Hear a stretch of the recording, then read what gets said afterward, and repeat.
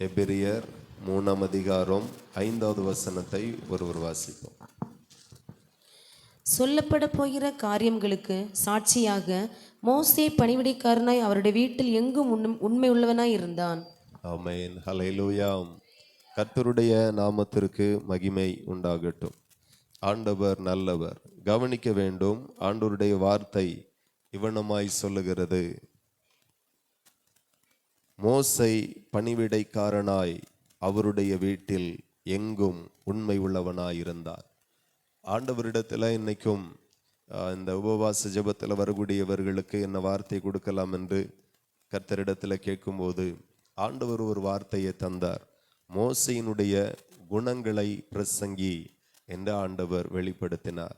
So ஒரு நல்ல ஒரு தீர்க்கதரிசி, தேவனை முகமுகமாய் தரிசித்தவன், தேவனுடைய சத்தத்தை கேட்டவன், இந்த பூமியில தேவனோடு 40 நாள் நெருங்கி கர்த்தருடைய வார்த்தையை கேட்கிற ஒரு அருமையான பாக்கியம் பெற்ற ஒரு மனுஷன் அப்படின்னா அது மோசே மட்டும்தான். அல்லேலூயா. ஸோ அப்படிப்பட்ட ஒரு மனுஷனுடைய குணங்களை நாம் பார்க்கணும். குணங்கள் எதை குறிக்கிறது அப்படின்னா வேதத்தில் கனிகளை குறிக்கிறது. கனிகள் எதை குறிக்கிறது அப்படின்னா குணங்களை குறிக்கிறது. எத்தனை பேருக்கு புரியுது? ஆமாம். அப்போ கனிகளை குறித்து ஆண்டவர் சொல்லுகிறார், நல்ல கனி கொடாத மரங்கள் எல்லாம் வெட்டுண்டு அக்கினியிலே போடப்படும். அப்போ கவனிக்க வேண்டும், வரங்கள் உடைய மனுஷன் கூட ஒருவேளை நரகத்துக்கு போயிடுவாங்க. இன்னைக்கு நம்ம சமுதாயத்தில் பார்க்கிறோம், உலகத்தில் வல்லமையான ஊழியக்காரர்கள், தீர்க்கதரிசிகள், அற்புதங்களை செய்கிறவர்கள், சப்பானியை நடக்க வைக்கிறவர்கள், இப்படிப்பட்ட பெரிய பெரிய வரங்களை தேவனுடைய கரத்திலிருந்து பெற்று வல்லமையாய் ஊழியம் செய்கிற வரங்களுடைய பிரசங்கி கூட ஒருவேளை விழுந்து நரகத்துக்கு போக வாய்ப்பு இருக்கு. ஆனா கனிகளோடு இருக்கிற ஒருவர் கூட நரகத்துக்கு போக வாய்ப்பே கிடையாது. ஆகவே நம்மளை பரலோகத்துக்கு கொண்டு போகிறது வரங்கள் அல்ல, கனிகள் மட்டுமே பரலோகத்துக்கு கொண்டு போகும். பரலோகத்துக்கு நாம் போகணும் அப்படின்னு விரும்புகிறவர்கள் வரத்தை விரும்பாதீர்கள், கனிகளை முதலாவது விரும்புங்க. வரம் ரொம்ப தேவையானது, ரொம்ப முக்கியமானது. ஆனா முதல்ல கனியை தேடுங்க. கனிகள் உடையவர்களாய் நீங்க மாறுங்க. பிற்பாடு வரங்கள் உடையவர்களாய் மாறுங்க. அப்பொழுது கர்த்தர் சந்தோஷப்படுவார். ஆகவே கனிகள் எதை குறிக்கிறது அப்படின்னா குணங்களை குறிக்கிறது. அதை தான் நம்ம கலாத்தியர்ல வாசிக்கிறோம். ஆவியின் கனிகள் 9 கனிகளை குறித்து நாம் அதில் வாசிக்கிறோம். அப்போ கனிகள் ரொம்ப ரொம்ப ரொம்ப ரொம்ப முக்கியம். அப்போ மோசையினுடைய குணங்களை குறித்து ஆண்டவர் பேச சொன்னார். ஆண்டவர் இந்த மோசையின் இடத்துல காணப்பட்டதை வேதத்துல நமக்கு பிரயோஜனமாய் எழுதி வைத்திருக்கிறார். அப்போ மோசை குறித்து முதல்ல நாம தியானிக்க போகிற பகுதியே என்ன அப்படின்னா, அங்க சொல்லப்பட்டிருக்கிறது, மோசை பணிவிடைக்காரனாய் கர்த்தருடைய அவருடைய வீட்டில் எங்கும் உண்மை உள்ளவனாய் இருந்தான் என்று வேதத்துல அழகா எழுதப்பட்டிருக்கிறது. அப்போ கவனிக்கணும், மோசையினுடைய குணங்களில ஒரு குணம் என்ன அப்படின்னா அவன் உண்மை உள்ளவனாய் இருந்தான் என்று ஆண்டவர் எழுதுகிறார். அப்போ அதே குணம் இன்றைக்கும் ஆண்டவரை ஆராதிக்கிற ஒவ்வொரு பேருக்கும் உள்ளாக வரணும் என்று பரலோகத்தின் தேவன் எதிர்பார்க்கிறார். எல்லா மனுஷருக்கும் முன்பதாக உண்மை உள்ளவர்களாயிருங்க. யாருக்கும் நாம துரோகிகளாய் மாறிடவே கூடாது, வஞ்சிக்கிறவர்களாய் மாறிடக்கூடாது, பொல்லாதவர்களாய் மாறிடக்கூடாது. எல்லாருக்கும் நீங்களும் நானும் உண்மை உள்ளவர்களாய் மாறணும். அதையே பரலோகத்தின் தேவன் எதிர்பார்க்கிறார். அப்போ மோசையிட்ட ஆண்டவர் கண்ட ஒரு நல்ல குணம் என்ன அப்படின்னா அவன் உண்மை உள்ளவனாய் இருந்தான் என்று ஆண்டவர் சொல்லுகிறார். உண்மை உள்ளவர்களுக்கு நிறைய ஆசீர்வாதம் இருக்கிறது. நான் அடிக்கடி சபைக்கு சொல்லுகிறதை திரும்பவும் ஞாபகப்படுத்துகிறேன். ஜெபிக்கிறதால மட்டும் ஆசீர்வாதம் வராது, ஆண்டவரை ஆராதிக்கிறதுனால மட்டும் ஆசீர்வாதம் வராது. ஆராதனை முக்கியம், ஜெபம் முக்கியம், வேத வாசிப்பு முக்கியம், ஊழியம் செய்கிறது முக்கியம், எல்லாமே முக்கியம். ஆனா அதோடு கூட நாம உண்மை உள்ளவர்களாய் இருக்கணும். ஸோ உண்மை மூலமாக உண்மை உள்ளவர்களாய் வாழ்ந்து அதன் மூலமாய் வரக்கூடிய ஆசீர்வாதம் அது மூலமாக மட்டும்தான் வரும். ஆமா, இல்லை நான் உண்மையா இருக்க மாட்டேன், ஆனா நல்லா போராடி ஜெபம் பண்ணுவேன், கண்ணீர் வடிச்சு ஜெபம் பண்ணுவேன் அப்படின்னா வேதத்தை கேளாதவனுடைய ஜெபம் அருவருப்பானது என்று வசனம் சொல்லுகிறது. ஆகையினால முதல்ல என்ன அப்படின்னா, உண்மை உள்ளவர்களாய் நீங்க இருக்கணும். எல்லா இடத்திலையும் உண்மை. கணவன் மனைவிக்கு உண்மை உள்ளவனாய் இருக்கணும். மனைவி கணவனுக்கு உண்மை உள்ளவர்களாக, குடும்பத்துல உண்மை உள்ளவர்களாக, சமுதாயத்துல உண்மை உள்ளவர்களாக, வேலை செய்கிற இடத்துல காலேஜில் எல்லாம் உண்மை உள்ளவர்களாக இருக்கிறதை தேவன் எதிர்பார்க்கிறார். அப்போ உண்மை உள்ளவர்களுக்கு ஆசீர்வாதத்தை கர்த்தர் வைத்திருக்கிறார். எப்பவுமே நான் அடிக்கடி சொல்லுவேன், ஆசீர்வாதம் என்கிறது குணத்தின் அடிப்படையில பரலோகம் கொடுக்கிறது. ஆமா, குணத்தின் அடிப்படையில ஒரு மனுஷன் ஆசீர்வதிக்கப்படுவான். நாங்க படிக்கல, படிப்பறிவு இல்லை, வசதி வாய்ப்புகள் இல்லை, சொத்து இல்லை, அந்தஸ்து இல்லை, நல்ல வாய்ப்புகள் எங்களுக்கு கிடைக்கல, எதுவுமே இல்லாவிட்டாலும் இதெல்லாம் நமக்கு வரணும் அப்படின்னா நிறைய டைம் எடுக்கும், நிறைய செலவு பண்ணணும். படிக்கலை, என்னமோ போய் படிக்கணும்னா சாதாரண விஷயமா என்ன? முடியாது. ஆமாம், அப்படியே போனாலும் மண்டல யாருமாங்கிறது தெரியாது. ஆமாம், 5 விளையாதது 50 விளையாதும்பாங்க, அப்படி ஆகிப்போச்சு. ஸோ இனி போய் நாம் படிப்பை வாங்கிட்டு வர முடியாது, இனிமே போய் சொத்து அந்தஸ்தை வாங்க முடியாது. ஆனால் ஒன்றை எப்போதுமே வாங்கிக்கலாம், இலவசமாக வாங்கிக்கலாம், நல்ல குணத்தை வாங்க முடியும். அதுக்கு வயசாகி போச்சு, இன்னும் அது வாய்ப்பு இல்லை அப்படிலாம் சொல்ல முடியாது. நல்ல குணம் அது ரொம்ப ரேட்டு. ஆமாம், நானும் விலை 2-3 இடத்துல விசாரித்தேன், ரொம்ப சொல்கிறாங்க, அது வாங்க முடியாது அப்படிலாம் சொல்லவே முடியாது. அந்த உண்மை அப்படிங்கிற அந்த குணம் செலவே பண்ணாமல் நமக்கு கிடைக்கிற ஒன்று. ஆமாம், ஆகையினால உண்மை உள்ளவர்களாக இருந்தால் அதற்கு மிகப்பெரிய ஆசீர்வாதங்களை எல்லாம் ஆண்டவர் வாக்கு பண்ணியிருக்கிறார். ஆகவே ஆசீர்வாதத்திற்கு ஜெபத்தை நம்புகிறவர்கள் இதையும் நீங்க நம்புங்கள் என்று கர்த்தர் பேசுகிறார். அல்லேலூயா. அப்போ ஆண்டவருடைய வசனம் என்ன சொல்லுகிறது அப்படின்னா, நீதிமொழி 28:20 வாசிக்க கேட்போம். நீதிமொழி 28:20.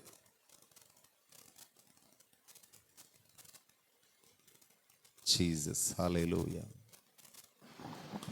உண்மையுள்ள மனுஷன் பரிபூர்ண ஆசீர்வாதங்களை பெறுவான், ஐஸ்வர்யவானாகிறதற்கு தீவிரிக்கிறவனோ ஆக்கினைக்கு தப்பான். கர்த்தருடைய நாமத்திற்கு மகிமை. இந்த இடத்துல நம்ம பார்க்கிறோம், உண்மை உள்ள மனுஷன் பரிபூர்ண ஆசீர்வாதங்களை பெறுவானாம். அப்போ ஆண்டவர் பரிபூர்ண ஆசீர்வாதத்தை யாருக்கு கொடுக்கிறார் அப்படின்னா, உண்மை உள்ள மனுஷனுக்கு பரிபூர்ண ஆசீர்வாதத்தை கொடுக்கிறார். இந்த பரிபூர்ண ஆசீர்வாதம் உண்மையாய் இருப்போமேயானால் நிச்சயம் நாம சுதந்தரிப்போம். எத்தனை பேர் விசுவாசிக்கிறீர்கள்? நமக்கும் ஆசைதான், பரிபூர்ண ஆசீர்வாதம் வேணும். எப்பவுமே நமக்கு பாருங்க, இல்லை இல்லை இல்லை அப்படின்னே ஒரு மனநிலை இருக்கு. காணாது போதாது அப்படிங்கிற மனநிலை. ஏன் அப்படின்னா, விலைவாசி எல்லாம் கூடி போச்சு, தேவைகள் அதிகமாகி போச்சு, வரக்கூடிய வருமானம் போதுமானதா இல்லை, காண மாட்டேங்கி. எப்பவுமே நமக்கு ஒரு குறைவுகளை உணர்கிறோம், இல்லாமை உணர்கிறோம். அது வேதனைக்குரியது. ஆனால் என்றைக்கு நம்முடைய இல்லாமை மாறும், என்றைக்கு நம்முடைய குறைவுகள் மாறும் அப்படின்னா, நாம என்னைக்கு உண்மை உள்ளவர்களாய் மாறுகிறோமோ அன்னைக்கு ஆண்டவர் சொல்லுகிறார் பரிபூர்ண ஆசீர்வாதம். அல்லேலூயா. உண்மை உள்ள மனுஷனுக்கு ஆண்டவர் கொடுக்கிறது, உண்மை உள்ள மனுஷன் பரிபூர்ண ஆசீர்வாதங்களை பெறுவான். ஆமா, கீழே சொல்லப்பட்டு இருக்கிறது, ஐஸ்வர்யவானாகிறதற்கு தீவிரிக்கிறவனோ ஆக்கினைக்கு தப்பான். சிலர் பார்த்தீங்கன்னா உண்மை உள்ளவனாய் மாறணுங்கிறதுல தீவிரம் காட்ட மாட்டாங்க, ஐஸ்வர்யவான் ஆகணும் அப்படி அந்த காரியத்துல தீவிரமா இருப்பாங்க. எப்போதுமே ஒரு இடத்துல ஒரு 100 படிக்கட்டுகள் இருக்கு அப்படின்னா, கீழே இருந்து டைரக்டா 50வது படிக்கட்டுல கால் வைக்கவே முடியாது. முயற்சி பண்ணினாலும் தோல்விதான். எதை எப்போ செய்யணுமோ, எதை முதல்ல செய்யணுமோ அதை அப்பமும் அதை முதல்லையும் செய்தால் மட்டுமே 100 படிக்கு ஏறி போகலாம். ஆமா, ஆண்டவர் அதான் தெளிவாய் சொல்லுகிறார், உண்மை உள்ள மனுஷன் பரிபூர்ண ஆசீர்வாதங்களை பெறுவான். ஆனா ஐஸ்வர்யவான் ஆகிறதற்கு தீவிரிக்கிறவனோ ஆக்கினைக்கு தப்பான். அப்போ நாம எதற்கு தீவிரிக்கணும் அப்படின்னா, நான் எல்லா இடத்திலையும் உண்மை உள்ளவனா இருக்கணும். அல்லேலூயா. எல்லா இடத்திலே உண்மை உள்ளவனா இருக்கணும். எல்லாரிடத்திலே உண்மை உள்ளவர்களா இருக்கணும். பேசுகிறதுல கவனமா இருக்கணும். உண்மையே பேசுங்க. ஆமா, இல்லாததை பொல்லாததெல்லாம் பேசாதுங்க. சொல்லாததை சொன்னாங்கன்னு பேசிடுவாங்க சில இடத்துல. ஒரு ஆள் போதும் இந்தியா பாகிஸ்தானை ரெண்டாக்குக்கு, ஒரு குடும்பத்தை ரெண்டாக்குக்கு ஒரு ஆள் போதும். ஒரு ஆளுடைய வார்த்தை போதும். சொல்லாததை சொன்ன மாதிரியே பேசிட்டு போயிடுவாங்க. ரெண்டாவது பார்த்தீங்கன்னா, நம்ம செய்கிற ஒரு பெரிய குறை ஒப்புரவாகுதல் அப்படிங்கிறத ஒரு விஷயத்தை ஆண்டவர் வேதத்தில் எழுதியிருக்கிறார். அல்லேலூயா. ஒப்புரவாகணும். ஒருத்தங்க பேசாம போறாங்க அப்படின்னா, போனா போயிட்டு போறா, அவ பேசாட்டா எனக்கு என்ன கஞ்சா இல்லை, சோறா இல்லை, வீடா இல்லை அப்படிங்கிறான். இல்லை, நேற்று வரைக்கும் பேசுனாங்க, இன்னைக்கு ஏன் பேசாம போறாங்க கேட்கணும். அல்லேலூயா. ஆமா. ஏன்னா யாரோ அவங்க காதுல உங்களை குறித்து இல்லாததை பொல்லாததை நீங்க சொல்லாததை கூட்டி குறைச்சி சொல்லியிருப்பாங்க. அவங்களுக்கு கஷ்டமா இருக்கும். அப்போ அதை ஒப்புரவாயிரணும். சில ஆட்கள் காரணம் இல்லாமலே நம்மளை பார்த்தாலே பிடிக்காது. அல்லேலூயா. நீங்க ஒரு நல்ல துணி கட்டிட்டு போங்க, ஆமா, நார்மலா போனா சிரிப்பாங்க. கொஞ்சம் ஸ்பெஷலா போனா பார்க்காத மாதிரியே போவாங்க. அந்த ஆளை திருத்தவே முடியாது. ஆமா, நாய் வாழை எப்படி நேராக்க முடியாதோ இந்த மாதிரி ஆட்கள் எல்லாம் நேராக்கவே முடியாது. ஆனாலும் ட்ரை பண்ணுங்க. நாங்க யாரையும் விடுகிறது இல்லை. நாங்களா போனா போட்டு அப்படிங்கிற மாதிரி இல்லை. சிரிக்காட்டா கூட நாங்க சிரிப்போம், பேசாட்டா கூட பேசி பார்ப்போம். ரொம்ப முடியலை அப்படின்னா வேற வழியே இல்லை. ஆகையினால ஒப்புரவாகுதல், எல்லாரிடத்திலையும் அன்பாய் ஐக்கியமாய் இருக்கிறதை நாடுங்க. அதே போல காரியங்களை மறைக்கிறவன் ஞானவான். காரியத்தை மறைக்கணும். ஒரு இடத்துல ஒரு காரியத்தை கேட்கிறோம், ஒரு ஆள் பேசினதை நம்ம காதுல விழுது. ஸோ அதை என்ன 4 பேர்கிட்ட பரப்பக்கூடாது. கேட்டது இருக்கட்டும், பார்த்தது இருக்கட்டும். அதை போய் 10 பேருக்கு பரப்பி அந்த ஆளை கேவலப்படுத்தி அந்த மாதிரியே இருக்கக்கூடாது. ஒரு மனுஷனை குறித்து நல்ல விஷயமா 10 பேர்கிட்ட சொல்லுவோம், கெட்ட விஷயமா ஆண்டவர்கிட்ட ஜெபிப்போம். அந்த ஜெபம் அந்த மனுஷனை நீதிமானாய் மாற்றும். நிறைய பேர் ரட்சிக்கப்பட்ட பிறகும் தப்பு தப்பா வாழுகிறது. என்னைக்குமே பாருங்க, ஆண்டவர் அவனவனுடைய கிரியைகளுக்கு தக்க பலனை தான் கொடுப்பார். ஸோ நம்ம கிரியைகள் எப்படி இருக்கு, அதுக்கு தகுந்த மாதிரி தான் ஆண்டவர் பலனை தருவார். ஆகையினால குணங்கள் ரொம்ப ரொம்ப ரொம்ப ரொம்ப முக்கியம். அதுல உண்மை உள்ளவர்களா இருங்க. எல்லாவற்றிலையும் செயல்கள், கிரியைகள், பேச்சுகள், பார்வைகள், ஐக்கியங்கள். நம்முடைய ஐக்கியம் தேவனுக்கு பிரியமானதா இருப்பதாக. ஒன்று தனித்தே வாழ்ந்துட்டு போயிடலாம். அல்லேலூயா. தனித்தே நாம வாழ்ந்துட்டு போயிடலாம். ஆனா கர்த்தர் ஒரு சபையில வச்சிருக்கிறார், ஒரு சமுதாயத்துல வச்சிருக்கிறார், ஒரு கிராமத்துல வச்சிருக்கிறார். அப்போ ஐக்கியத்துல நீங்க உங்களால யாருக்கும் இடரல் வந்துடவே கூடாது. ஆமா, இடரல் வருகிறது அவசியம். ஆனா யார் நிமித்தம் வருகிறதோ அவன் என்ன செய்யணுமா? ஆமா, அவனுக்கு ஐயோ பெரிய கஷ்டம். அப்ப நம்ம நிமித்தமாக ஒரு குடும்பத்துல பிரச்சனை, நம்ம நிமித்தமாக ஒரு சபையில ஒரு பிரச்சனை வந்துடவே கூடாது. நம்ம நிமித்தமாக ஒரு இடத்துல பிரச்சனை வரவே கூடாது. அதுல நாம ரொம்ப கரெக்டா, ரொம்ப பர்ஃபெக்டா இருக்கணும். கர்த்தர் அதெல்லாம் பார்க்கிறார். ஆகையினால ஆண்டவர் சொல்லுகிறார், உண்மை உள்ள மனுஷன் பரிபூரண ஆசீர்வாதங்களை பெறுவான். ஆனா ஐஸ்வர்யமான ஆகுகிறதற்கு தீவிரிக்கிறவனோ ஆக்கினைக்கு தப்பான்.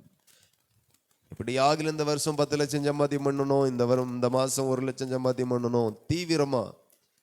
ஆமா, அதுக்காகவே பிசினஸ்ல நிறைய போய் சொல்லுவாங்க. ஏன்னா டார்கெட்டை எட்டி பிடிக்கணுமே. இந்த மாசம் 1 லட்சம் ரூபா எப்படி ஆகிலும் வியாபாரத்துல பாத்துறணும். தண்ணியில பாலை ஊத்தினாலும் சரி, பாலில் தண்ணி ஊத்தினாலும் சரி, அது விஷயமே கிடையாது. எதை ஆகிலும் ஒன்றை கலப்படம் பண்ணி எப்படி ஆகிலும் 1 லட்சம் ரூபாயை சம்பாத்தியம் பண்ணிடணும். ஒவ்வொரு மாசமும் அதனுடைய டார்கெட் தீவிரிக்கிறது. அதற்காக உண்மையில இருக்கிறது கிடையாது, உண்மையாய் வாழுகிறது கிடையாது, உத்தமமாய் வாழுகிறது கிடையாது, உண்மையை பேசுகிறது கிடையாது. எல்லாமே வேதத்திற்கு புறமாக வாழ்ந்து நடந்து பேசி எப்படி ஆகில ஐஸ்வர்யவான் ஆகணும் என்று தீவிரம் காட்டுகிறது, தீவிரிக்கிறது. ஆண்டவர் சொல்லுகிறார், அப்படிப்பட்டவன் ஆக்கினைக்கு தப்பானான். ஆனா அதே சமயத்தில் நம்ம உண்மை உள்ளவர்களாயிருந்து உண்மை உள்ளவர்களாக வாழ்ந்து கர்த்தர் இந்த உண்மையை அவர் பார்த்து பரிபூர்ண ஆசீர்வாதங்களை கொடுப்பார். அல்லேலூயா. மோசே தேவனுடைய வீட்டில் எங்கும் உண்மை உள்ளவனாயிருந்தானா, எங்கும். மோசேனுடைய குணம் அது. அடுத்தபடியாய் பாருங்க, அதே எபிரியர் 11ஆம் அதிகாரம் 24. எபிரியர் 11:24. விசுவாசத்தினாலே மோசே தான் பெரியவனான போது பார்வனுடைய குமாரத்தின் மகன் எண்ணப்படுவதை வெறுத்து அநித்தியமான பாவ சந்தோஷங்களை அனுபவிப்பதை பார்க்கிலும் தேவனுடைய ஜனங்களுடைய துன்பத்தை அனுபவிப்பதை தெரிந்து கொண்டு. ஹல்லேலூயா. இந்த 2 வசனமும் நீங்க அடிக்கடி வாசித்திருப்பீங்க. இதுல கர்த்தர் எனக்கு கற்று தந்ததை நான் சொல்லுகிறேன். மோசே எப்படிப்பட்டவன் அப்படின்னா, அவன் எகிப்து ராஜாவினுடைய வீட்டில் வாழ்ந்து கொண்டிருக்கிறான், வளர்ந்து கொண்டிருக்கிறான். அவனுடைய தாய், அவனுடைய இனஜனம் இஸ்ரவேல் அந்த எகிப்தில் அடிமைகளாக இருக்கிறாங்க. இவனுக்கு இப்போ யாருன்னு தெரியாது, ஆனால் இப்போ யாருன்னு தெரிஞ்சிட்டு, நானும் அவர்களிலே ஒருவன் என்று தெரிஞ்சிட்டு. நான் எகிப்துக்குரியவன் அல்ல, எகிப்தியருக்குரியவன் அல்ல, நான் இஸ்ரவேலுக்குரியவன், நான் எபிரியன். இப்போ தெரிந்துகிறது. அப்போ நாமளா இருந்தா என்ன நினைப்போம் அப்படின்னா, நமக்கு எதுக்குப்பா, நமக்கு நல்ல ஒரு வாழ்க்கை கிடைச்சிட்டு நம்ம நல்லா வாழ்ந்துட்டு போவோம் அப்படின்ட்டு. அதையும் தாண்டி சில நினைப்பாங்க, நான் மட்டும்தான் நல்லா இருக்கணும் அப்படின்ட்டு. அல்லேலூயா. தமிழ்நாட்டில் நடந்த ஒரு சம்பவம், ஒரு தாய், அவங்களுக்கு ஒரு மகா, அந்த கிளாஸில் படிக்கிற ஒரு பையன், சின்ன பிள்ளைங்க எல்லாம் 2, 3 படிக்கிற பிள்ளைங்க தான். இவங்க மகளை விட அந்த பையன் அதிக மார்க் எடுப்பானா. அதனாலே பயங்கர எரிச்சல், பொறாமை, ஜூஸில் மருந்தை கொஞ்சம் கொஞ்சமாக கொடுத்து அந்த பையனை கொன்னுட்டா. அதுக்கு பிறகு விசாரிச்சதுல காரணம் இந்த ஆள். விசாரிக்காங்க, எதற்காக செய்தா, அதை என் பிள்ளையோட மார்க் அதிகமாக எடுப்பாங்க அப்படின்னு. அந்த ஒன்றுந்தான், வேற பிரச்சனை இல்லை. அதுக்காக கொலையே பண்ணிட்டாங்க. இப்போ ஆயுள் தண்டனை, சிறைக்குள்ள இருக்கிறாங்க. என் பிள்ளை தான் நல்லா படிக்கணும், என் குடும்பம் தான் நல்லா இருக்கணும், நான் மட்டும்தான் நல்லா இருக்கணும் அப்படிங்கிற ஒரு மனது நிறைய பேருக்குள்ளா இருக்கு. அல்லேலூயா. எத்தனை பேர் விரும்புறீங்க எல்லாரும் ஆசீர்வாதமா இருக்கணும், எல்லாரும் நல்லா இருக்கணும், எல்லா குடும்பமும் நல்லா இருக்கணும்? மோசேனுடைய குணத்தை நீங்க பார்த்தீங்கன்னா, இவருக்கு ஒரு பிரச்சனை இல்லை. நல்ல அந்தஸ்து, நல்ல மரியாதை, நல்ல சாப்பாடு, நல்ல வஸ்திரம், நல்ல உறவிடம், எல்லாமே நல்லா இருக்கு. ஆனா அவர் சொல்றாரு, அநித்தியமான பாவ சந்தோஷங்களை அனுபவிப்பதை பார்க்கிலும் தேவனுடைய ஜனங்களோட துன்பத்தை அனுபவிப்பதையே அவன் தெரிந்து கொண்டான். நான் மட்டும் நல்லா இருக்கிறேன், என் குடும்பம், என் உற்றார் உறவினர் எல்லாரும் அடிமையா இருக்கிறாங்க, நான் மட்டும் நல்லா இருந்த எண்ணத்திற்கு. எத்தனை பேருக்கு அந்த மனசு இருக்கு? அல்லேலூயா. நிறைய பேர் அதை தலைகீழ நினைக்கிறாங்க, நான் மட்டும்தான் நல்லா இருக்கணும். ஆனா இங்க மோசே மட்டும்தான் நல்லா இருக்கிற, மற்ற எல்லாரும் கஷ்டப்படுறாங்க. ஆனா அதை பார்க்கும்போது மோசேனுடைய மனசை நீங்க பார்த்தீங்கன்னா, அவனுக்கு அந்த வாழ்க்கையே பிடிக்கல. என்னடா நான் மட்டும் நல்லா இருந்த எண்ணத்துக்கு என் குடும்பம் கஷ்டப்படுது. நிறைய கிராமத்துல நிறைய பேர் இருக்கிறாங்க பார்த்தீங்கன்னா, ஃபாரின்ல இருப்பாங்க. இவங்க கூட வளர்ந்தவங்க, கூட படித்தவங்க, சொந்தக்கார பிள்ளைகள்லாம் இங்கே வேலை வெட்டி இல்லாமல் எவ்வளவோ ட்ரை பண்ணிட்டு இருப்பாங்க. இவங்களால முடிஞ்ச 10 பேரை ஃபாரின் கூட்டு போகலாம். 60,000 ரூபா, 70,000 ரூபா சம்பளத்துக்கு கூட்டு போகலாம். இங்கே அவங்களுக்கு 15,000 ரூபா, 20,000 ரூபா சம்பளம் தான் கிடைக்கும். முடிஞ்சா கூட்டிட்டு போகலாம். ஆனால் மனசு இருக்காது. நான் மட்டும்தான் அப்படி ஃப்ளைனில் போவேன் வருவேன். ஆமாம், நான் மட்டும்தான் 1,00,000 ரூபா சம்பாதிக்கணும் மாதம், அவன்லாம் அப்படியே தெருப்பொறுக்கியாக இருக்கணும். இந்த மாதிரியே மனநிலை. நன்மை செய்யணும். நன்மை செய்கிறதுல சோர்ந்து போகக்கூடாது. அல்லேலூயா. ஆமா, மோசைக்கு அதை பார்க்கும்போது அவன் வாழுகிற நல்ல வாழ்க்கையை அவனுக்கு பிடிக்கல. எல்லாரும் நல்லா இருக்கணும்னு நினைக்கிறவன் தான் மோசை. எல்லாரும் வாழ்ந்து இருக்கணும், எல்லாரும் நல்லா இருக்கணும், எல்லாரும் ஆசீர்வாதமா இருக்கணும். இங்க நான் மட்டும்தான் நல்லா இருக்கிறேன், நான் மட்டும்தான் நல்லா உடுத்துக்கிடுதேன், நான் மட்டும்தான் நல்லா சாப்பிடுதேன், நான் மட்டும்தான் சுதந்திரமா இருக்கிறேன். அங்கே என்னுடைய உடன்பிறப்புகள், என்னுடைய குடும்பம், என்னுடைய இனஜனம் எல்லாருமே அடிமைகளா இருக்கிறாங்க. அப்படிங்கிறதுக்காக அந்த வாழ்க்கையே வெறுத்தவன் மோசை. அல்லேலூயா. எத்தனை பேருக்கு அந்த மனசு இருக்கு? இன்னைக்கு உடன் பிறந்தவர்கள் கஷ்டப்படுறாங்க. எத்தனையோ வாய்ப்புகளை உருவாக்கி கொடுக்க முடியும், ஆனால் யாரும் செய்கிறது இல்லை. தான் உண்டு, தான் வேலை உண்டுன்னு போயிட்டே இருக்கு. ஸோ மோசையினுடைய குணங்கள் இப்படிப்பட்ட ஒரு குணமாக இருந்துச்சு. அடுத்தபடியாய் பார்த்தீங்கன்னா எண்ணாகமம் 12:3 எடுத்து வாசிக்கலாம். எண்ணாகமம் 12:3. மோசேயானவன் பூமியிலுள்ள சகல மனிதரிலும் மிகுந்த சாந்த குணம் உள்ளவனாயிருந்தான். அல்லேலூயா. மோசேயினுடைய 3வது ஒரு குணத்தை குறித்து நம்ம பார்த்தால் வசனம் சொல்லுகிறது, மோசே எப்படிப்பட்டவனா இருந்தானா, சாந்த குணம்னு மட்டும் சொல்லக்கூடாது, அப்படியும் சொல்லக்கூடாது. அது நல்லா படிங்க. சகல, அதுவும் எப்படின்னா மோசையானவன் பூமியில் உள்ள சகல மனிதரிலும் மிகுந்த சாந்த குணம் உள்ளவனாயிருந்தான். அதான் கரெக்ட்.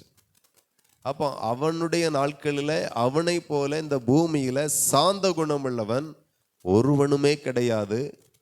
அவ்வளோ சாந்த குணமுடையவன் தான் மோசே. ஆண்டவர் அவனுடைய குணத்தை ரொம்ப ரசிக்கிறார். தேவனுக்கு ரொம்ப பிடிக்கும் இந்த சாந்த குணம். சிலரிடத்துல பேரு தான் சாந்தம் அப்படின்னு இருக்கும், ஆமா, ஆனா வாழ்க்கையில சாந்தமே இருக்காது.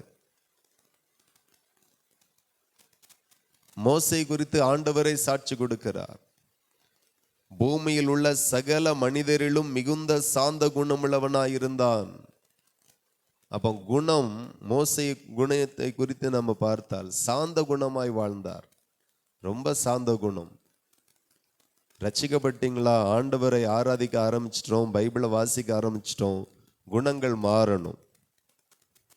மோசையை போல மாறணும், சாந்த குணமா மாறிடணும். யாரிடத்துல பேசினாலும் டக்கு டக்குன்னு வெடுக்கு வெடுக்குன்னு பேசிடவே கூடாது. ஆமா, எடுத்தெறிஞ்சு பேசுறது, வெட்டி முறிச்சு பேசுறது, வாயில வந்ததெல்லாம் பேசுறது, எரிச்சலா பேசுறது, சாபமிட்டு பேசுறது, இப்படியெல்லாம் நிறைய பேருடைய குணங்கள் இருக்கிறது. ஆமா, அவங்க என்ன நினைப்பாங்க அதெல்லாம் விட்டுருங்க. ஆண்டவர் என்ன நினைப்பார்? உங்களை ரட்சித்து உங்களை தேடி வந்தாரே ஒரு தெய்வம், உங்களை ரட்சித்தாரே அந்த தெய்வம், தன்னுடைய இரத்தத்தினால உங்க பாவங்கள் எல்லாம் கழுவி சுத்திகரித்தாரே அந்த தெய்வம் இயேசு கிறிஸ்து என்ன நினைப்பார்? அவரை போல மாறணும். ஆனா நாம யாரை போல மாறுறோம்? இன்னும் பழைய சுபாவங்கள், பழைய குணங்கள் எல்லாம் அப்படியே தான் இருக்குது. இது மாறாமல் நம்ம சூழ்நிலைகள் ஒரு நாளும் மாறாது. எத்தனை பேருக்கு புரியுது? மாற்ற வேண்டியதே இதுதான். இதுக்கெல்லாம் பணம் செலவழியாது. ஆமா, ஏப்பா ஆண்டவரே இவ்வளோ பணம் இல்லை, சாந்த குணமா நான் மாறக்கு இவ்வளோ பணம் செலவழிக்க வேண்டியதா இருக்கு. பணமே செலவழிக்க வேண்டாம், உங்களை மாத்தினா போதும். நிறைய பேர் மாறாமல் இருக்கிறோம். சாந்த குணம். சில ஆட்கள் சபையில சாந்த குணமா இருக்காங்க, வீட்டுல சாந்த குணமா இல்லை. சில ஆட்கள் வீட்டுல சபையில சாந்த குணம், ஆனா வேலை செய்யற இடத்துல சாந்த குணமா இல்லை. அதான் ஒரு மனுஷனை குறித்து பேசிக்கொண்டே இருக்கிறான். இந்த உலகத்திலே ஆபத்தான ஒரு ஜீவன் உண்டுன்னா அது மனுஷன்தான் அப்படிங்கிறான். அல்லேலூயா. எனக்கு பக்குனி ஆகி போச்சு, மனுஷனா அப்படின்னு. ஏன்னா நம்மளும் மனுஷன் தானே. ஆபத்தான ஒரு ஜீவன் அப்படின்னா மனுஷன் அப்படின்ட்டு. அதுக்கு விளக்கம் சொல்றாவே, ஒரு நரி வருது அப்படின்னா நமக்கு தெரியும், எம்மா நரி வருது, ஒரு கரடி வருது அப்படின்ட்டு. ஆனா மனுஷன் வரும்போது நமக்கு நரி மாதிரியே தெரியாது, ஆனா நரியினுடைய அத்தனை தந்திரமும் அவனுக்குள்ள இருக்கும். குரங்கு மாதிரியே தெரியாது, குரங்கு சேட்டெல்லாம் அத்தனையும் அவனுக்குள்ள இருக்கும். கரடி மாதிரியே தெரியாது, ஆனா அத்தனை குணங்கள் அவனுக்குள்ள இருக்கும். மனுஷன் செய்கிற ஒவ்வொரு கிரியைகளையும் பார்த்தா பயங்கரம். எத்தனையோ இடத்துல மனுஷன் மிருகத்தனமாய் மாறுகிறான். பெண்களுக்கு விரோதமாய் நடக்கிற குற்ற செயல்களை பார்க்கிறோம். கொடூரமாய் இருக்கிறது, கொடூரமாய் இருக்கிறது.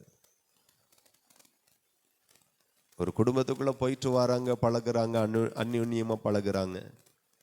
ஒரு 5 பவுன் செயின் கழுத்துல இருக்கு. பார்க்குறாங்க, எப்படி இதை எடுக்கலாம், எப்படி திருடலாம், வேற வழியே இல்லை, கொண்டு போடுறாங்க. 5 பவுன் செயின் 5 லட்சம் ரூபா இருக்குமா? 5 லட்சம் ரூபாய்க்காக பழகுன ஒரு பாட்டியை கொண்டுட்டாங்க.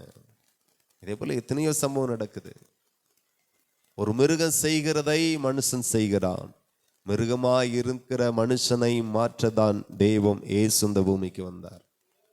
ஆமா, மிருகத்தை கூட டக்குனி அடையாளம் கண்டுபிடிக்கலாம். ஒரு பாம்பு தெரியும், நல்ல பாம்பு விஷம் தெரியும், கட்டுவிரியன் விஷம் தெரியும், பச்சை பாம்பு விஷம் தெரியும்.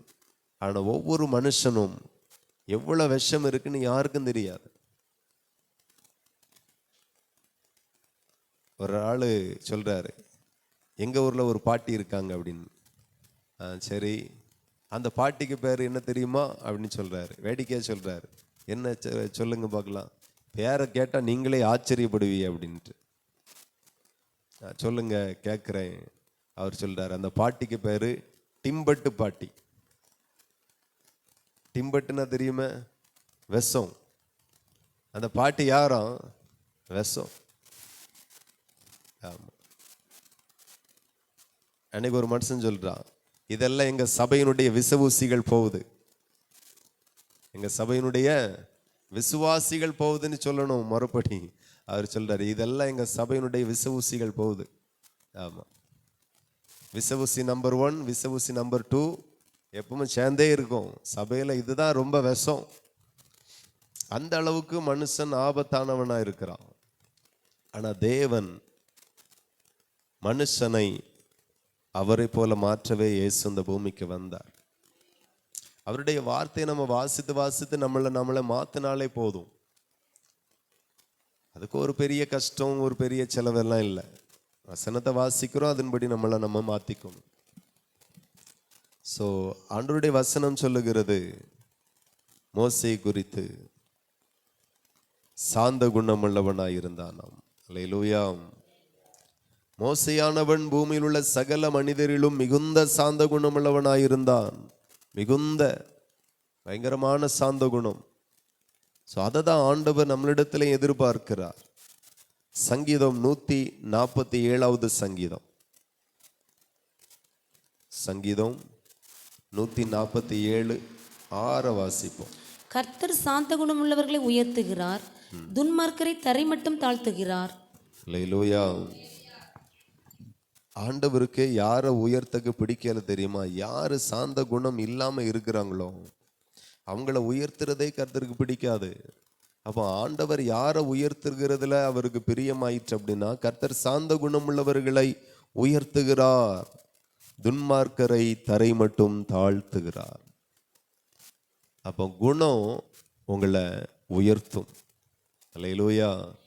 ஆமா, குணம் ஒரு மனுஷனை உயர்த்தும்.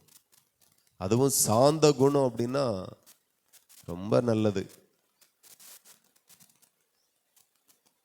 கர்த்தர் சாந்த குணமுள்ளவர்களை உயர்த்துகிறார், துன்மார்க்கரையோ தரை மட்டும் தாழ்த்துகிறார்.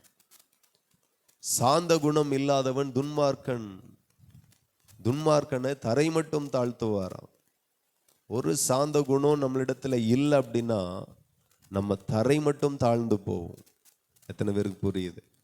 ஆமா, ஒரு சாந்த குணம் இருக்குமேயானா தரை மட்டத்தில் இருக்கிற நம்மை கர்த்தர் மேல உயர பண்ணுவார். இன்னைக்கும் நிறைய பேர் ஆசீர்வதிக்கப்படாத காரணமே, ஆசீர்வதிக்கிற தேவனிடத்துல வந்த பிறகும் ஆசீர்வாதத்தை பெற முடியாமல் இருக்கிற காரணமே இந்த குணங்கள் தான். எவ்வளவு பெரிய பிரச்சனை நமக்கு முன்பதாக இருந்தாலும் சாந்தமா பேசுங்க, அமைதியா பேசுங்க, சத்தம் வெளியே வரக்கூடாது. இவன் தானே இவா தானே சாதாரணமா நினைக்காதுங்க. உங்க பார்வைக்கு அவன் தானே அவாதானன்னு இருக்கும். ஆனா தேவனுடைய பார்வையில் அவர்கள் விலையேற பெற்றவர்களாயிருப்பார்கள். உங்களிலும் அவர்கள் தேவனுடைய பார்வையில விசேஷமானவர்களாயிருப்பாங்க. மோசைக்கு விரோதமாக சபையில ஒரு சிலர் பேசிட்டாங்க. தேவன் இறங்கி வந்தார். அல்லேலூயா. கர்த்தர் இறங்கி வந்தார். ஆமா, கர்த்தருடைய நாமத்திற்கு மகிமை. எப்படி மோசைக்கு விரோதமா பேசலாம்?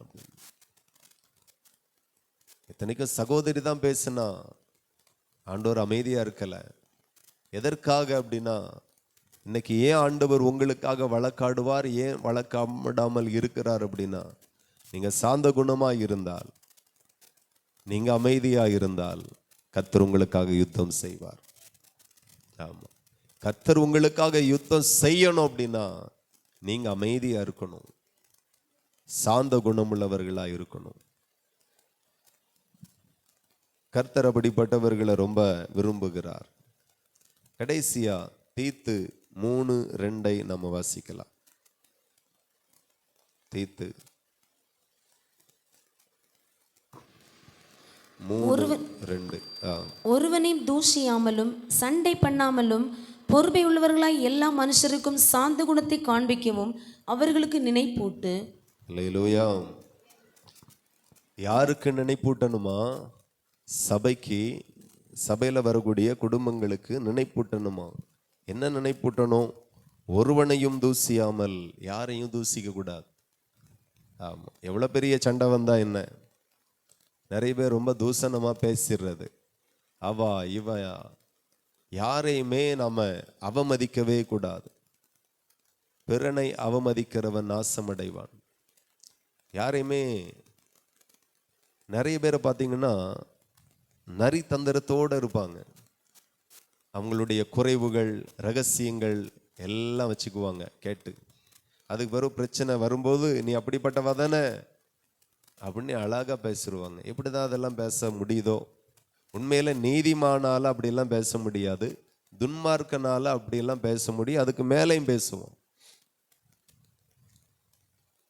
ஆண்டவருடைய வசனம் சொல்லுகிறது, ஒருவனையும் தூசியாமல்.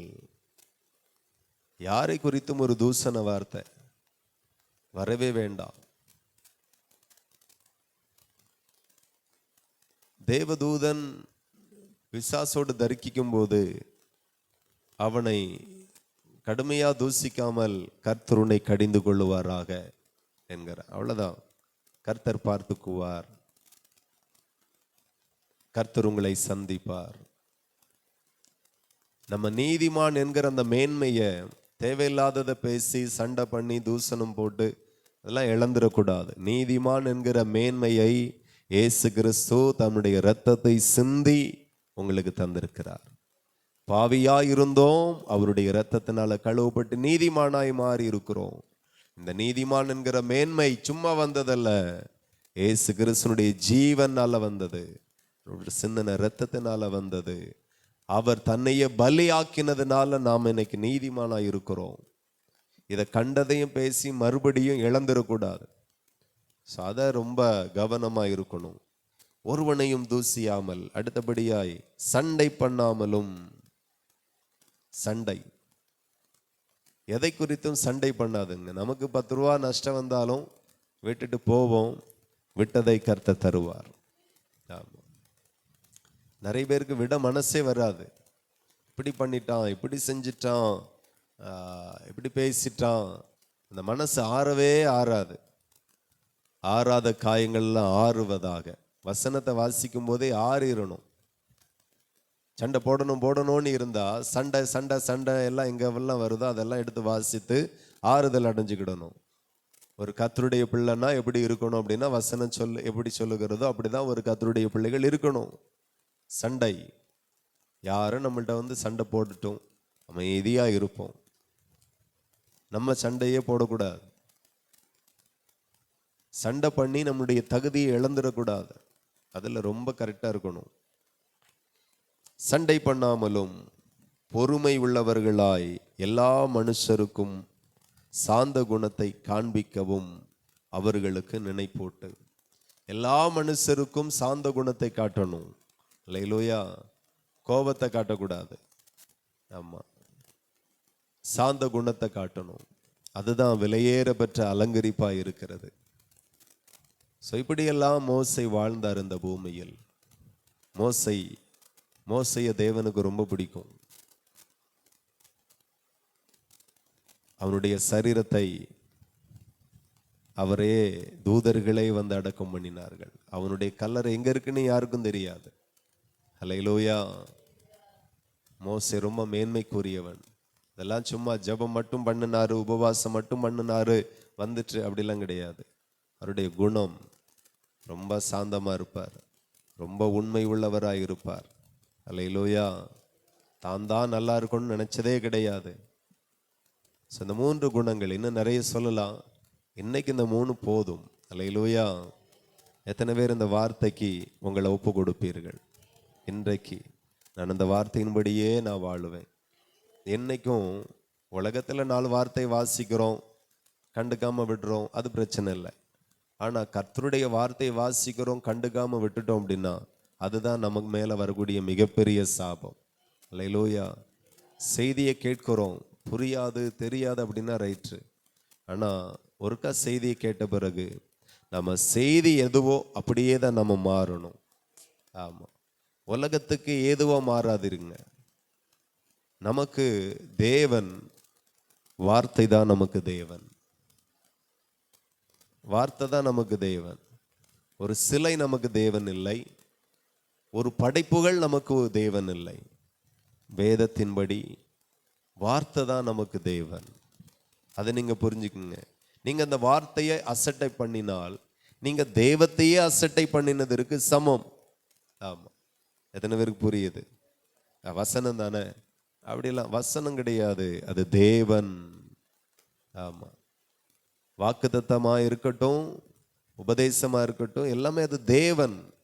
ஏன் நம்ம சர்ச்சில் சிலுவை வைக்கல, சுரூபத்தை வைக்கல அப்படின்னா அது படைப்புகள். அதுல ஜீவன் இல்லை, வசனத்தில் ஜீவன் இருக்கிறது. அது ஒரு நாள் வெறுமையாய் திரும்பாது. ஆகையினாலதான் வீடுகளில் சர்ச்சில் நம்ம வசனத்தை வைக்கிறோம். யோவான் சுவிசேஷம் 1ஆம் அதிகாரம் 1வது வசனத்தை நீங்க வாசித்தால், ஆதியிலே வார்த்தை இருந்தது, அந்த வார்த்தை தேவனிடத்தில் இருந்தது, அந்த வார்த்தை தேவனாய் இருந்தது. அந்த வார்த்தை தேவனாய் இருந்தது. எப்பவுமே இருந்து, ஆதியில இருந்தே அந்த வார்த்தை தேவனாய் இருந்தது. அல்லேலூயா. அவர் ஆதியிலே தேவனோடு இருந்தார். அல்லேலூயா. வார்த்தை இயேசு. இந்த வார்த்தையை நாம கனம் பண்ணணும். ஒரு வார்த்தை செய்தி மூலமாய் போதிக்கப்பட்டாச்சு. ஏதோ கேட்டோம் விட்டோம் அப்படிலாம் கிடையாது. கேட்டோம், அந்த வார்த்தையை கை கொண்டோம், அதுக்கு கீழ்ப்படிந்தோம், அதை நேசித்தோம், அதுக்கு கொடுக்கிற கனத்தை கொடுத்தோம். இப்படி நாம செய்யணும். நிறைய பேர் இதை செய்யறதில்லை. ஆகையினாலதான் அந்த வார்த்தையிலிருந்து வரக்கூடிய அந்த மேன்மை, ஆசீர்வாதம் நமக்கு இல்லாம போகுது. உண்மையிலே கர்த்தர் நம்மை அளவில்லாமல் ஆசீர்வதிக்க விரும்புகிறார். நீங்க ரொம்ப ஆசீர்வாதமா இருப்பீங்க. அளவில்லாமல் ஆசீர்வதிக்கிறதே தேவன் விரும்புகிறார். வானத்தின் பலகணிகளை திறந்து இடங்கொள்ளாமல் போக மட்டும் அவர் உங்களை ஆசீர்வதிப்பாரா? எத்தனை பேர் இதெல்லாம் நம்புறீங்க? ஆமா, நம்பாம இருக்க முடியாது. ஏனென்றால் இந்த வார்த்தையை சொன்னவர் சாதாரணவர் அல்ல, அவர் அசாதாரணமானவர், பயங்கரமான தேவன். இவ்வண்ணமாக உங்களுடைய ஆசீர்வாதம் இருக்கும். நம்மை ஐஸ்வர்யவான ஆக்கும்படி அவர் சிலுவையில் தரித்திரமாறி ஆகியிருக்கிறார். இந்த வார்த்தைக்கு உண்மையாய் செவி கொடுத்து உண்மையாய் உங்களை அர்ப்பணிப்பீர்களானால் உங்க தரித்திரம் என்றைக்கு மாறுகிறது, உங்க குறைவுகள் என்றைக்கு மாறுகிறது. ஐஸ்வர்யமும் சம்பூரணமும் உங்க வாழ்க்கையை, உங்க குடும்பத்தை நிரப்புகிறது என்று நான் உங்களை ஆசீர்வதிக்கிறேன். எல்லாரும் இந்த வார்த்தைக்கு தன்னை அர்ப்பணிங்க. இதனால் வரைக்கும் யார் யாரிடத்துல எல்லாம் எதிர்த்து பேசுனீங்களோ, கோபமா பேசுனீங்களோ, சண்டை பண்ணினீங்களோ, தூஷணமா பேசுனீங்களோ, சாந்த குணமா உங்களால வாழ முடியாம எந்தெந்த இடத்துலலாம் இருந்தீங்களோ, உண்மை இல்லாதவர்களா இருந்தீங்களோ, ஆமேன், கர்த்தருடைய சமூகத்துல நினைவு கூர்ந்து, ஆண்டவரே நான் இப்படிப்பட்ட இடத்தெல்லாம் மீறி இருக்கிறேன், பாவம் செய்திருக்கிறேன், குற்றம் செய்திருக்கிறேன், தயவாய் தேவன் எனக்கு மன்னிங்க, தயவாய் கர்த்தர் என்னை மன்னிங்க. எல்லாரும் சொல்லுங்க வாய்களை திறந்து. கர்த்தர் ஒரு அற்புதத்தை இன்றைக்கு செய்யட்டும். தேவன் ஒரு அற்புதத்தை இன்றைக்கு செய்யட்டும் இயேசுவின் நாமத்தில். ஹல்லேலூயா, ஹல்லேலூயா. ஜெபம் பண்ணுங்க. கர்த்தர் நல்லவர், துதியுங்கள், தேவன் நல்லவர். ஹல்லேலூயா, ஹல்லேலூயா. தேவனுடைய வீட்டில் எங்கும் உண்மை உள்ளவனாயிருந்தான் மோசே. பூமியில் உள்ள எல்லா சகல ஜனங்களை பார்க்கல அவன் சாந்த குணமுள்ளவனாயிருந்தான். ஸ்தோத்திரம், ஸ்தோத்திரம், ஸ்தோத்திரம், ஸ்தோத்திரம், ஸ்தோத்திரம், ஸ்தோத்திரம். நான் தான் நல்லா இருக்கணும்னு ஒரு நாளும் நினைச்சது கிடையாது. ஸ்தோத்திரம், ஸ்தோத்திரம், ஸ்தோத்திரம், ஸ்தோத்திரம், ஸ்தோத்திரம். அன்பு தகப்பனே, நல்ல ஞானத்தை எனக்கு தாருங்க. வேத வசனத்தில் நான் ஞானம் அடையணும், வேத வசனத்தில் நான் உணர்வடையணும், வேத வசனத்தில் நான் எழும்பி பிரகாசிக்கணும். அந்த வசனங்களை நான் கனம் பண்ணணும், அந்த வசனங்களை நான் கை கொள்ளணும், அந்த வசனத்தின்படி நான் வாழணும். பரலோகத்தின் ஆண்டவர் எனக்கு உதவி செய்வீராக, சர்வ வல்லமை உள்ள ஆண்டவர் எனக்கு தயவு செய்வீராக. வந்திருக்கிற எல்லாரையும் ஆசீர்வதிங்கப்பா. இந்த வார்த்தையை கவனமாய் கருத்தாய் கேட்ட ஒவ்வொரு பேருக்குள்ளாக 30, 60, 100 இந்த வார்த்தை பலன் கொடுக்கட்டும். இந்த வார்த்தையின்படி மாறுவார்களாக, இந்த வார்த்தையின்படி ஆசீர்வதிக்கப்படுவார்களாக. ஆசீர்வதி. இம்மட்டுமா எங்களை நடத்தின, எங்களோடு கூட பேசின தேவனுக்கு நன்றி. உடைய பாதத்தில் எங்களை தாழ்த்துகிறோம். ஆசீர்வதியும். இயேசுவின் நாமத்தில் ஜெபிக்கிறோம், ஜெபங்களும் நல்ல பிதாவே, ஆமென். என் ஆத்துமாவே கர்த்தரை ஸ்தோத்திரி, என் முழு உள்ளமே பரிசுத்த நாமத்தை ஸ்தோத்திரி. என் ஆத்துமாவே கர்த்தரை ஸ்தோத்திரி, கர்த்தர் செய்த சகல உபகாரங்களை மறவாதே. ஆமென். கர்த்தராகிய இயேசு கிறிஸ்துவினுடைய கிருபையும் பிதாவாகிய தேவனுடைய அன்பும் பரிசுத்த ஆவியின் ஐக்கிய சிநேக காவலும் இன்றும் என்றும் சதா காலமும் நாம் அனைவரோடும் என்னென்னைக்கும் தங்கியிருப்பதாக. ஆமென். ஹல்லேலூயா.